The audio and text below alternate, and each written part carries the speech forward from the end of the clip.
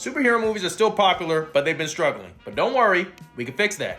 With Marvel films being as successful as they are, it's no wonder that everybody's trying to make their own little superhero empire, for better or worse. But nobody likes bad movies, and nobody wants to keep spending $20 to go and see another Sony train wreck. So I'm going to be giving each studio, that's Sony, Marvel, and DC, one tip that'll help right their ships.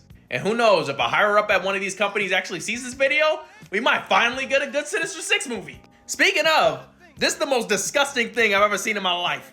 The Sonyverse movies are a case study in how not to do an interconnected universe. Individually, none of these movies are good. And collectively, they don't promise anything exciting.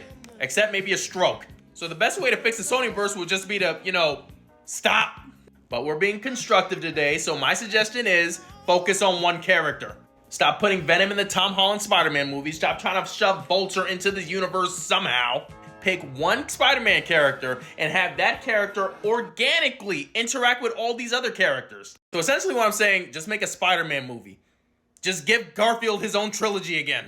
He can fight his own villains in his own trilogy of films, and then you can spin off those characters into a Sinister Six movie. And I know y'all tried that before, but at that point, y'all were more concerned with trying to build up a Sinister Six movie than making a good Spider-Man movie. You don't have to throw 12 villains into one film because you want to rush to the spinoffs. Take your time, develop the characters, and I promise you, the audience will wait and be patient.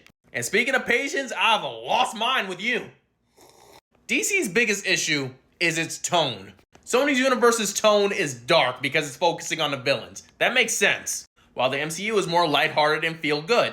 But this universe's tone is just all over the place because they don't understand how these characters work. If Man of Steel was going to start off dark and gritty, fine. But then the films need to get lighter in tone to reflect Superman getting better at his job. Not have him bite the dust in the movie following it.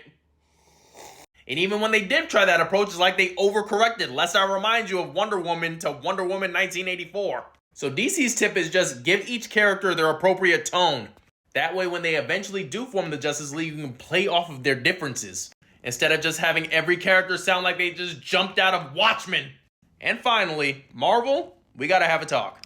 You have been more or less solid across the board, but that last phase was a little iffy. So Marvel, your tip is get to the damn point. The reason why the MCU worked out so great in the beginning is because every single phase felt like a Harry Potter book.